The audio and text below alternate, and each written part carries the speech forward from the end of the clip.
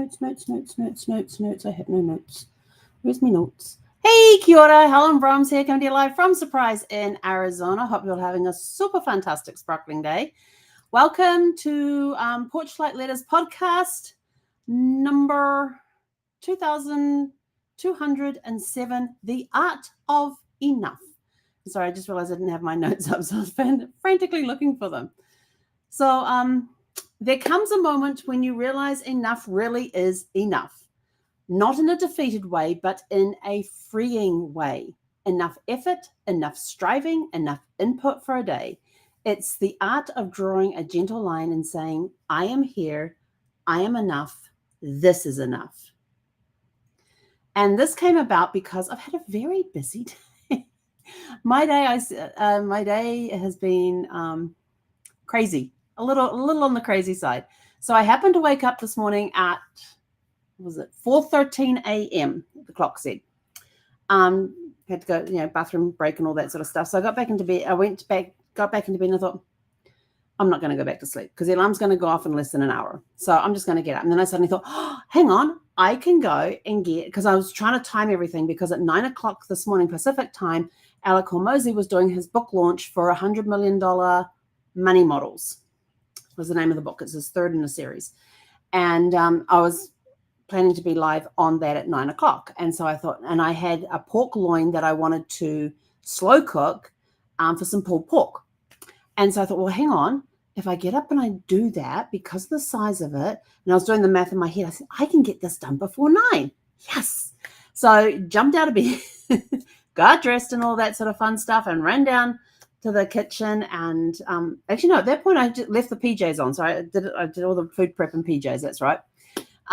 Didn't even bother getting dressed. I made the bed, ran down to the kitchen, hadn't even brushed my teeth to get the pulled pork on. I went to get my barbecue sauce that was sitting on the shelf in my pantry and noticed that it had expired almost a year ago. I was like, darn, what do I do now? So I got onto ChatGPT and said, hey, I'm making this pulled pork and my barbecue sauce is expired. The supermarket doesn't open for another 90 minutes. What do I do? What can I do as a replacement? And so it gave me some ideas on replacement. And I happened to have all the ingredients, like it asked for tomato sauce. That was expired. I had tomato paste. That was good. So we used tomato paste with apple cider vinegar, coconut sugar, Worcestershire sauce. What else did I put in there? Paprika. And blended all of that in with the half cup of water that it said to make as well, and poured that into the Instapot because my crock pot, you know how the crock pot is this like crockery type of thing that's got this nice shiny surface and everything else. Yeah, ours has got a big chip in the bottom of it, and I thought I cannot cook with that anymore. So first time cooking in the Instapot, and I was like, ooh, how's this going to go? So ChatGPT, how do I cook this in the Instapot? Because I could not find anything online I said I've got a 23-ounce pork loin that is pre-seasoned with garlic and herb seasoning. And so it gave me the timing and everything else. And so I got that in, got that on.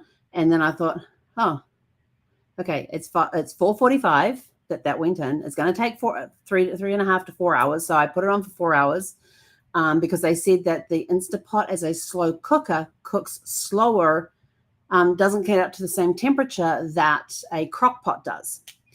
Now, when it comes to cooking, you're probably going, well, in an Instapot, it's a pressure cooker. How do you slow cook? So there are two options for slow cooking for non-pressurized cooking in the Instapot. You can either put the lid on and keep the vent open, put the regular lid on, and instead of sealing it, you can actually open it, and so it'll vent while it cooks. Or you can actually have a glass lid that fits on top. And I actually happen to have the glass lid. And so I finally took it out of its bag, washed it and all that so it could be used, and let that cook. And it's got like a little small hole in it for venting. But it does pretty good. And you can kind of see in there. And it keeps a lot of the moisture in there because an Instapot requires moisture to cook. A crock pot can do it drier than an Instapot can, which I think has something to do with the different temperatures as well. So I put that in there, set that, and then I thought, I need to go get showered, get dressed, all of that good stuff. So I went off and did all of that. And then came out and thought, I need breakfast. Now, I also need to go grocery shopping too. And I was like, I can't go grocery shopping at this hour of the morning. I just didn't have the energy at that point because I needed food. I needed to be fed before I go grocery shopping. I try to never go to the grocery shop hungry. So I thought, what do I do? Well, I go get some fast food. That might have to do. So McDonald's is the closest. Ran off there, got my breakfast, came back, had breakfast, and then did some work, got some work done.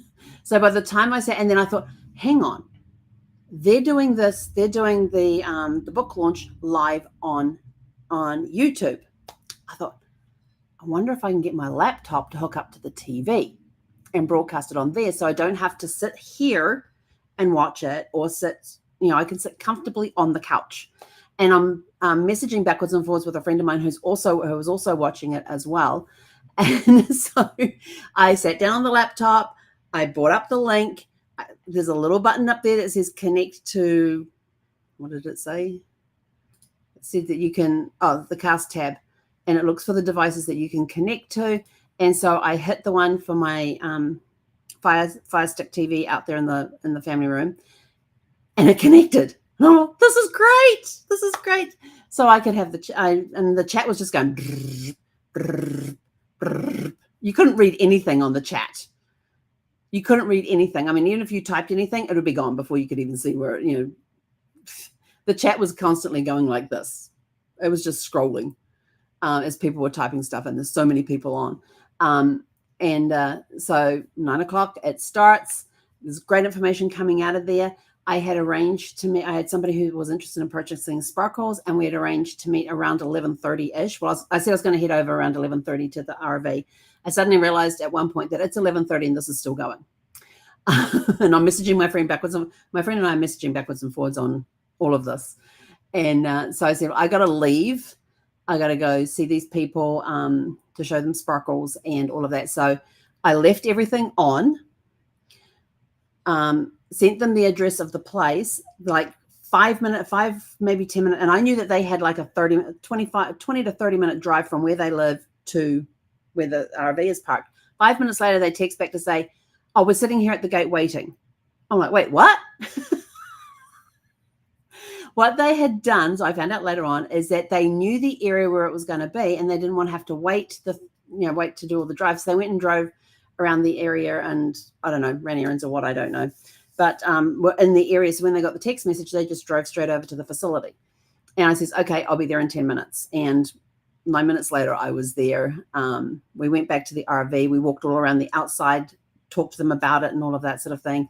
And let them know that we have no power in the RV right now. It's been sold as is, whereas there is no power in the RV because the battery died. And so I had a flashlight with me. And so we walked all around the outside. They looked for the dates on the tires. I know they're on there somewhere. I just couldn't figure out where I couldn't find them. And so they took close-up photos of the tires so they could see what the dates were on the tires. I said, well, I know those ones there at the front were replaced in 2019, in September of 2019. So I don't know. So I know that those are newer than those ones are. So I opened up the RV and put out the step stool so they could get up into the RV. And we went in and had a look at all of that and was showing them different things and realized that I had a little more stuff in there than I originally thought I had that I need to change out. But that's okay, because there's stuff that I can leave in the RV because I bought it for the RV. And I really have it's surplus to requirements. Like the glasses I'm leaving in there, and they're really good quality plastic glasses. The dinner set that's in there, with the matching mugs, I'll probably leave that in there as well. And there's a couple of other things too. And so they had a look around, and it was a brother and a sister. The sister's looking at buying it for herself, and the brother was there to check things out. He wanted to hear the engine going, but of course we had a dead battery, so we couldn't do that. And so we had a walk around and all that, and you could tell he was thinking about things, about adding up the cost of what needs to be done in order to get this road ready and all of that sort of stuff. And so he came back with a price, and I said, let me think on it for a few minutes. And so thinking about the work that she would have to do. So we agreed on the price. They paid me a deposit. He's going to get a new battery this week. We'll go out there. We'll put the battery in because he wants to hear the engine working. He even went and smelt the gas tank. And I did not know this, but if anything is wrong with like the gas or the fuel pump or something, it smells like varnish. And he came back, and this thing's been sitting for 2 years. And it was sitting in a campground 2 years prior to that with no additional gas being put in. So that's 4 years that gas has been sitting in the car, in the gas tank, and it smelled fine. Don't ask me how, but the place inside was so dusty. And it's because all the dust that blows around at that place, because it's all gravel, so there's a lot of dust. In fact, at one point when we're getting ready to depart, I'm standing there and I go, oh, look, dust devils. And 2 dust devils are coming down. We're coming down the lane, across on the other side of the lane. 2 dust devils were coming down. Those that don't know what dust devils are, it's they look like little mini tornadoes made of dust. That's what's the best way I can describe them. They had a little circular thing going, and one disappeared, and then it suddenly sprung up again. But it was all across the way from us. And so I said, this is what happens with all the dust and everything else. And so they paid us the deposit. We've got set up that the brother is going to get a battery for the engine. He's going to come down, and we're going to put the battery in, see if we can turn the engine on, because he wants to hear the engine running to make sure it runs. And then we're going to meet the following Monday at the bank, where they'll bring the money and it'll go straight into the account it needs to go into. And then as soon as it's in the account, before we leave the bank, they've got a seating area. So we're going to go over to that seating area, and we'll sit down and sign all the paperwork and everything and hand over the keys, and that'll be it. So Sparkles is pending sale right now, pending on whether the engine starts or not. And so then I came home and I was planning on staying there and clearing out some of the stuff. It was so hot inside the RV, and I couldn't really open the windows to get the cross breeze going because there was so much dust blowing around. I had the door open, but there was so much dust blowing around. It was sort of like, yeah, I can't do that.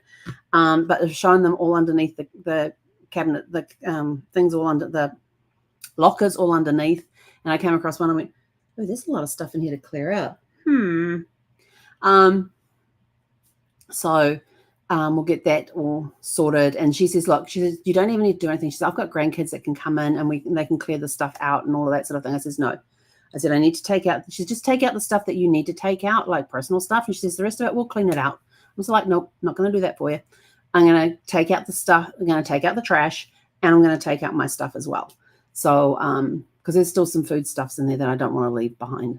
I just want to, and they thankfully have a dumpster at the storage place that we can put the stuff in as long as the lid closes. The lid has to close. If it doesn't close, we get charged. The person who put the stuff in, obviously it's under camera surveillance. If you put the stuff in and you can't close the lid, they will figure out who you are, and you get charged $250 that they would get charged for an overflowing thing. And you're not allowed to put anything on the ground around it either. So, yeah. Yeah, so it looks like the RV sold. So I was planning, like I said, planning on staying, but it was just so hot. We had sweat running down our faces. I had sweat running down my back. It was just like coming down. It was just pouring out of us because it was so hot. I mean, it was like 104 degrees Fahrenheit outside. Inside was hotter. And even though we were under shelter, because it's undercover, it was still hot because we had no movement of air in the place. So, yeah, so that was that done. So I just thought I'm going to come home, because my plan was go there, clean out the stuff, go put the stuff in the trash in the dumpster that needs to go to the dumpster, take anything that I need to take to Goodwill, and then take the other stuff home. And on the way home, because Goodwill's right across from the supermarket, go over and get the groceries, and then get the groceries and then go home, and that'll be my shopping done. Oh, I was going to go get the mail as well.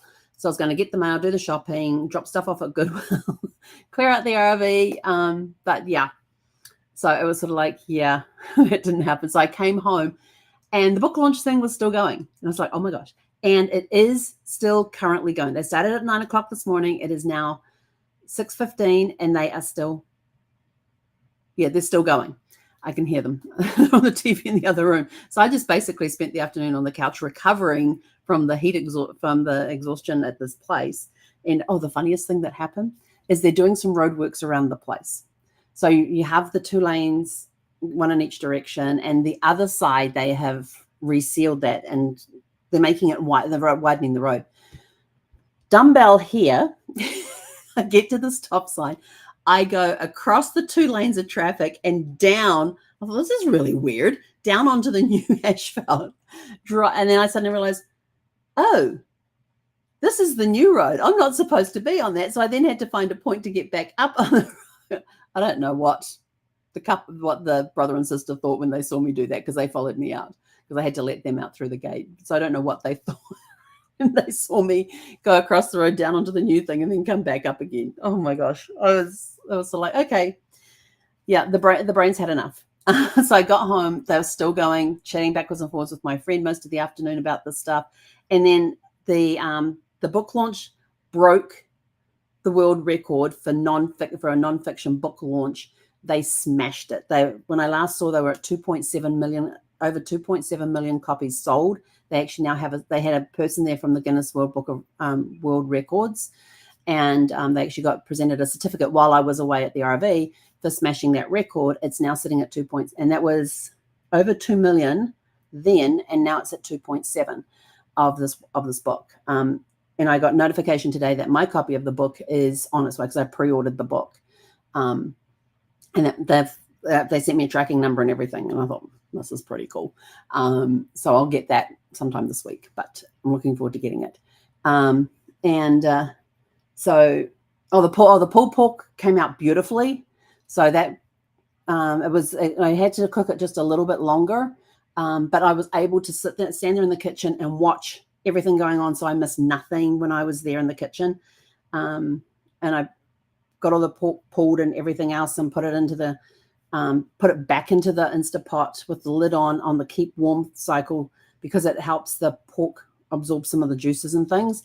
And then before I left to go and meet this woman who wants to buy the RV, put it into a container. That container is now sitting in the refrigerator. And I tried it. Oh, it was so good. It was so good.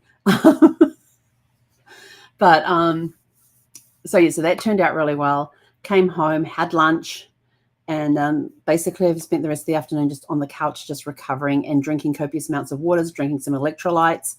I didn't realize how exhausting it was. I think I forgot how exhausting it is to be outside working or walking around in the heat, and just how much it drains your body. And so I figured we'll do the art of enough for tonight's thing. So that's basically what's happened today. And I did snooze on and off throughout the thing, because he kept doing the repeat of the sales of the big ticket item that he has. And when I left, they were doing, in Networking Riches, we do breakthrough zones. And that's basically what he was doing. He had, I don't know what people he had calling in, but they were calling in, talking about their business, what one problem was that they had, and he would go and give them suggestions to help solve it. So he was doing like a breakthrough zone, and he's been doing that for the last 3 hours. Yeah, for the last 3 hours. And then he said around after 4:30, he said, okay, we're going to take the last call now, and then we're out of here, because he's got one special that it expires as soon as they go off the air. And so I guess he's trying to get as many people to take that special as possible. But he says around 4:30, he says, oh, this is the last call we're going to take, and then we're closing down. It's 8:20. It's 6:20. They're still going. So he started at 9 o'clock this morning, and he even had like the calendar thingy that you could put into your calendar, and it said 2 hours. So, but it's been worth it, because there's been a lot of great stuff done. And after the event is when most of the gold nuggets, I mean, there was a lot of teaching stuff he did before he started doing all the sales things and everything else. But after he did all the sales stuff, he just they started taking questions, doing a Q&A session, and that's where the gold comes in. Well, actually, no, it's not. Yeah. So there's a lot of gold nuggets that he's dropping in there as suggestions for businesses and stuff. And I love breakthrough zones on Networking Riches. So you can imagine what I'm like going on here. And these are high, one person says, oh, we hit $48 million in sales this year. And I'm like, it's only August. So yeah, it was really cool. But let's talk about, after all of that, about enough effort, enough striving, enough input for one day. I have definitely had enough input for one day. I am totally physically and mentally exhausted. Emotionally, the emotions today have been pretty good. The emotions have been very good today compared to this whole week leading up to today, because I've been up and down with the emotions, bouts of tears, good times, all of that sort of thing, with the roller coaster of emotions that I've gone through this week. Today has been really good. And I was actually able to, when we were talking to the couple, I says, I was talking about how Zephyr used to travel, how Zephyr and I traveled, and how many miles we did over 6,000 miles in the RV and da-da-da-da. And they said, oh, you have a dog? I says, unfortunately, she passed away 3 weeks tomorrow. And they said, oh, we're so sorry. And I didn't get choked up or emotional about it, which surprised me, considering how I've been all this week. When I would start talking about Zephyr, I would just become a pile of goo. So enough, what enough teaches us is that enough is not about lack. It's about recognizing fullness. We live in a culture that pushes more at every turn, but sometimes the bravest act is to stop. Rest is not laziness. It is evidence that you value your body, mind, and heart. The art of enough creates boundaries, balance, and breathing space. Knowing when to pause is just as important as knowing when to push. And what happens when you allow enough to guide your choices instead of more? You notice that peace follows permission. You create room for joy by not cramming in every possible task or thought. You measure your day by presence, not productivity. You discover that sometimes less really does give you more. We carry it forward by practicing saying, this is enough, without apology. Honor your energy levels and respond with compassion. Take rest as seriously as you take work. Begin to see enough as a beautiful finish line, not a compromise. Remember that contentment grows in the soil of enough. When it comes to legacy, we model the art of enough. We teach others that worth is not measured in endless output. We leave behind a legacy of balance, of people who dared to pause, rest, and be. The lesson passed forward is simple but radical. You were already enough all along. And our questions I do have an announcement on the journals. Coming up with reflection questions. Journal 8 published this morning. So we now have journals 1 through 12 are published live on Amazon. All of the links are in the description below. So if you want just the regular journal, scan this code here to get the regular journal. If you want one of the ones regarding one of the week topics, just click the links and the links below to do that. So your reflection questions for today. When in your life do you feel the pressure of more the most? What would change if you declared this is enough in that area? Number 3, how do you currently rest and how can you deepen your rest without guilt? And number 4, who in your life needs to hear that they are already enough? Everybody is enough. And in closing, enough is a complete sentence. Enough is an invitation to peace. And enough is always enough. And with that, we are out of here. Go out, have a super fantastic, sparkling evening, and we'll catch you guys back here tomorrow evening at 6 p.m. Pacific. Hey, konera.